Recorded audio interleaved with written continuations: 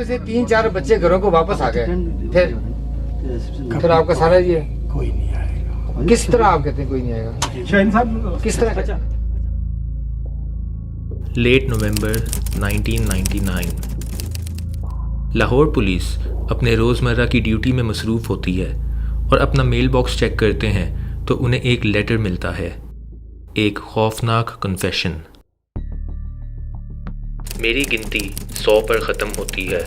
यहाँ मेरा मिशन पूरा हुआ। मेरा मैसेज पूरी दुनिया तक पहुँचेगा। मैं सैकड़ों माओं को रुलाऊंगा। मैं उनके बच्चों को अगली दुनिया में बग़ैर कफन के गटर के ज़रिए भेजूंगा। उस लेटर में एक एक विक्टिम का नाम, पता और किस ज़रिए से उसका कत्ल किया गया था, सब कुछ डिटेल में लिखा हुआ था। कितना टाइम एसिड को लगा उसकी बॉडी डिसॉल्व करने में, और आखिर में एक मकान का पता दिया हुआ था, 16B Ravi road. Deputy superintendent of police Tariq combo अपने साथ कुछ ऑफिसर्स लेकर उस पता पर पहुंचते हैं। दरवाज़ा खटखटाने पर एक शख्स बाहर आता है, 38 साला जावेद इकबाल। पुलिस उससे उस ख़त के मुतल्लिक कुछ सवाल करती है और मज़ीद डिटेल्स मांगती है। जावेद का बर्ताव बिल्कुल बदल जाता है और अपनी सर पर बंदूक रख के पुलिस को धमकाता है कि अगर वो यहाँ से ना गई तो वो खुद को गोली मार देगा। पुलिस बिना उसको रोके, बिना उसे कोई मज़ीद सवाल पूछे और बिना घर की कोई तलाशी लिए वहाँ से चली जाती है। उन्हें ये लगता है कि ये कोई मजाक कर रहा है, ये आदमी क्या किसी का कत्ल करेगा, और वो भी 100 बच्चों का। They had no idea that they just walked away from the worst serial killer in Pakistan's history.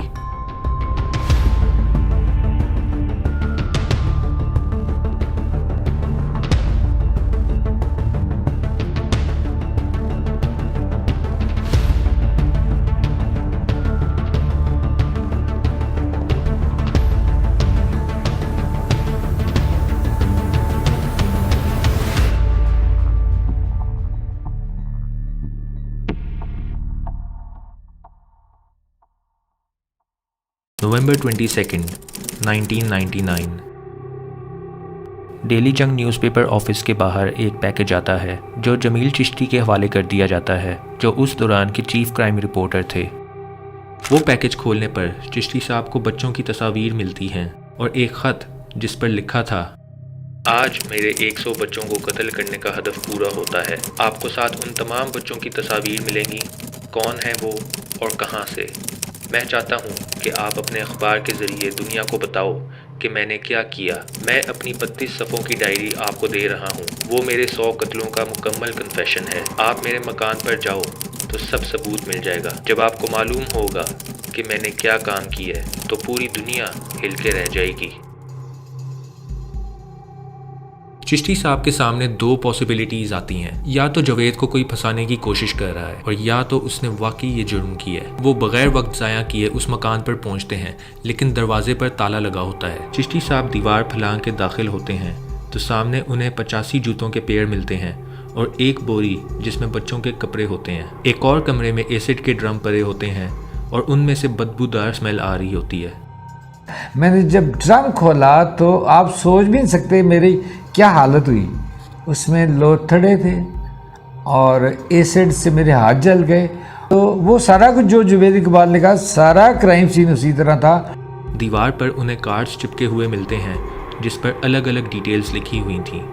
कुछ बॉडीज़ को मैंने जान के पूरी तरह डिसॉल्व नहीं किया ताकि अथॉरिटीज़ उनकी तस्दीक कर सकें, और मैं अब दरियाए रावी पर खुदकुशी करने जा रहा हूँ। अखबार ये खबर पब्लिक तक पहुंचाती है और साथ ही 57 बच्चों के नाम और पता, जिसके बाद उस मकान के बाहर वालिदैन का रश लग जाता है।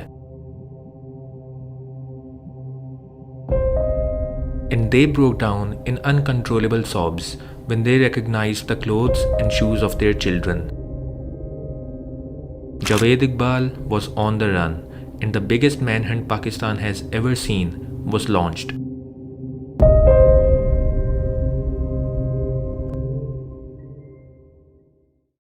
December 29th, 1999। Javed Iqbal daily जंग अखबार के दफ्तर पर दस्तक देता है और अंदर दाखिल होते ही अपना सरेंडर पेश करता है। मैं हूँ जावेद इकबाल, 100 बच्चों का कातिल। मुझे इस दुनिया से नफरत है और मुझे अपने किए पर कोई गिला नहीं।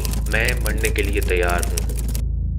जावेद इकबाल अगले कुछ घंटों तक जर्नलिस्ट से बात करता है और उन्हें एक एक वाकये की डिटेल्स देता है। एक मिनट, आपने 200 बच्चे क्यों नहीं कत्ल किए? 100 क्यों? इंतकामन कर रहे थे ना आप? बिल्कुल। इंतकामन कर रहे थे। मेरे पास आज भी इतने पैसे थे कि मैं ये सिलसिला जारी रख सकता था। कितने पैसे? अगर कल को आप जो जितने मारे हैं उनमें से 3-4 बच्चे घरों को वापस आ गए, फिर आपका सारा ये कोई नहीं आएगा। किस तरह आप कहते हैं कोई नहीं आएगा? शाहीन साहब किस तरह? दफ्तर में बैठे लोग अथॉरिटीज़ को इन्फॉर्म करते हैं और कुछ ही मिनटों में ढेरों फौजी और पुलिस अफसर उस बिल्डिंग को चारों तरफ से घेर लेते हैं। इंटेरोगेशन करने पर जावेद ने बेचारगी का इजहार तो किया, लेकिन सिर्फ अपने लिए। उसका कहना था कि वो पुलिस सिस्टम की लापरवाही और नाइंसाफ़ी का शिकार था। As the pieces of the puzzle were coming together, more and more was coming out of Javed and his disturbing past. Javed एक वेल्दी फैमिली की छठी औलाद थी, 4 बहनें और 5 भाई। उसके वालिदैन के मुताबिक वो बहुत ज़हीन और चालाक था, लेकिन अपने बहन भाइयों के साथ मुसलसल कंपैरिजन के कारण उसमें सीवियर एग्रेशन पैदा होने लगा। वक्त के साथ वो अपनी फैमिली के लिए परेशानी खड़ी करने लगा और अक्सर रात में सबको जगाकर एक लाइन में खड़े होने का कहता था। जावेद के भाई के मुताबिक वो अपने मन की चीज़ लेकर रखता था और अगर उसका बाप मना करे तो खुद पर तशद्दुद शुरू कर देता।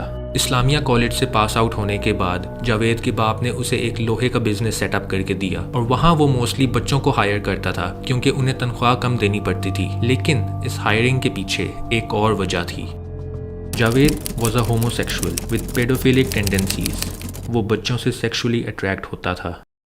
उसके बावजूद जावेद की 2 बार शादी हुई, लेकिन दोनों शादियां सिर्फ 1 साल तक रही। उसने एक आर्केड वीडियो गेम शॉप खोली और जैसे एक लॉलीपॉप पर मक्खियां जमा होती हैं, गली के बच्चे वहां सारा दिन जमा होकर गेम खेलते थे। जावेद ने इस मौके का फ़ायदा उठाया और वो ज़मीन पे 100 का नोट रखता था, इस उम्मीद में कि कोई बच्चा ये नोट ज़रूर उठाएगा। फिर वो शक में आकर बच्चों को लाइन में खड़ा करता और एक एक करके उन्हें प्राइवेट रूम ले जाकर तलाशी देने को कहता और साथ ही उन बच्चों के साथ भयानक हरकतें करता था। बच्चों के वालिदैन ने उन्हें गेमिंग जोन जाने से मना कर दिया था, जिसके बाद जावेद ने एक जिम और एक्वेरियम खोला एग्जैक्टली इसी मकसद के लिए।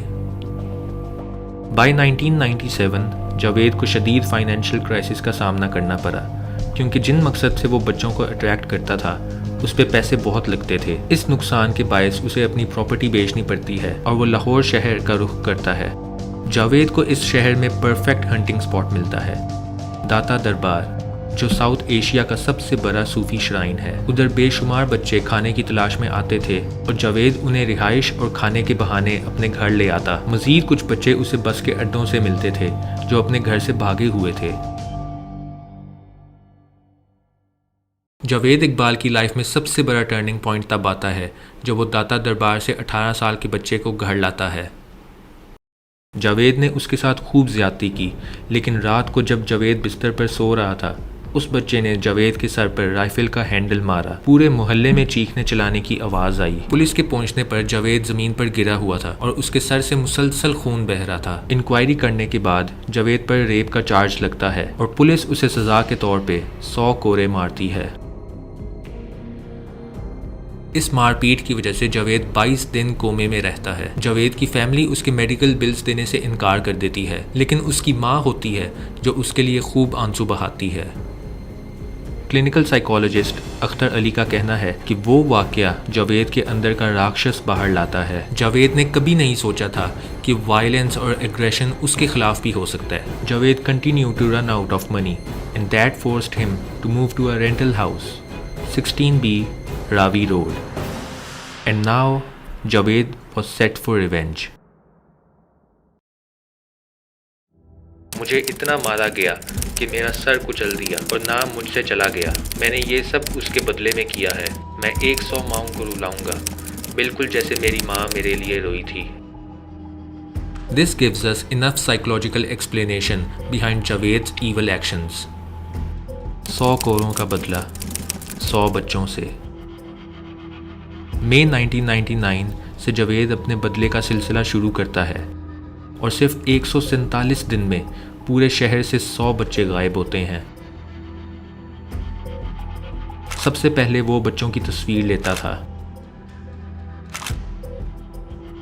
फिर वो उन्हें बाहर अच्छा सा खाना खिलाता, घर वापसी लाने के बाद उनके साथ घिनौनी हरकतें करता और आखिर में उनके गले पर चेन बांधकर मार देता। फिर उन बॉडीज़ को एसिड के ड्रम में डाल देता था। This continue to happen to 100 innocent children.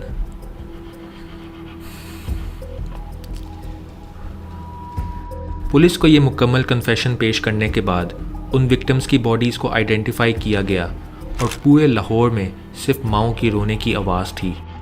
सड़कें खाली रहने लगीं और माँ बाप ने अपने बच्चों को स्कूल जाने से भी रोक दिया। 100 में से सिर्फ 57 बच्चों की तस्दीक हो सकी थी क्योंकि ज़्यादातर बॉडीज़ एसिड में पूरी तरह डिज़ोल्व हो गई थीं। February 18th, 2000 Javed Iqbal was formally indicted और साथ ही उसके 3 साथी साजिद जिसको 686 साल की कैद सुनाई गई और बाकी नदीम को 186 साल और साबिर जो सिर्फ 13 साल का था अपनी ज़िंदगी के अगले 42 साल जेल में देख रहा था। जावेद का खुद को सरेंडर करना, जंग के दफ्तर तशरीफ़ लाना और पुलिस को सबूत के साथ मुकम्मल कन्फेशन देने के बावजूद वो कोर्ट में अपनी इनोसेंस क्लेम करता है। उसके क्लेम के मुताबिक उसने सिर्फ इसलिए कन्फेस किया था ताकि सड़कों पर रहने वाले बच्चों को अटेंशन मिल सके और उन्हें एक अच्छा माहौल दिया जाए। उसके बाद जावेद अपनी स्टेटमेंट दोबारा चेंज करता है और कहता है कि 20 लोगों ने उसके घर आकर उन बच्चों का कत्ल किया और वो किसी को ना बचा सका, जिसके गिले में आकर उसने ये कन्फेशन दिया। However, on 9th of March 2000, Javed changed his story yet again। वो कोर्ट में बताता है कि एक्चुअली कोई भी बच्चा कत्ल नहीं हुआ और ये सब एक पब्लिसिटी स्टंट था। कोर्ट में मौजूद जज ये तीनों स्टेटमेंट्स को रिजेक्ट कर देता है। जज अल्लाह बख्श रांझा के सर पर पूरे मुल्क का बोझ था। लोग सारा दिन कोर्ट के बाहर हड़ताल करते और इंसाफ की आवाज़ बुलंद करते थे। जावेद को वो सज़ा सुनाई जाती है जो पाकिस्तान की तारीख में आज तक नहीं हुआ। जावेद इकबाल को मीनार पाकिस्तान ले जाकर उसी चेन से फांसी दी जाएगी जिससे उसने बच्चों का कत्ल किया। उसकी बॉडी के 100 टुकड़े किए जाएंगे और बारी बारी उन्हें एसिड में डुबोया जाएगा। ये सज़ा का ऐलान सुनकर ना सिर्फ पूरा मुल्क बल्कि फॉरेन NGOs भी अलर्ट हो जाती हैं। उस दौरान के इंटीरियर मिनिस्टर ने इस सज़ा की मजम्मत करते हुए कहा कि ये सज़ा ह्यूमन राइट्स की वायलेशन है और कुछ फॉरेन NGOs भी जावेद की सपोर्ट को आ पहुंची। जावेद इकबाल के डिफेंस लॉयर को मौत की धमकियां आने लगीं और उन्हें इस्तीफ़ा देना पड़ा और जावेद को जो सज़ा सुनाई थी वो अब कन्फर्म हो चुकी थी। As we are coming towards the conclusion of this story, we ended up having more questions than answers. 9th of October 2001. In Block 7 of the maximum security prison in Kot Lakhpat, Javed Iqbal was found dead, along with his accomplice Sajid.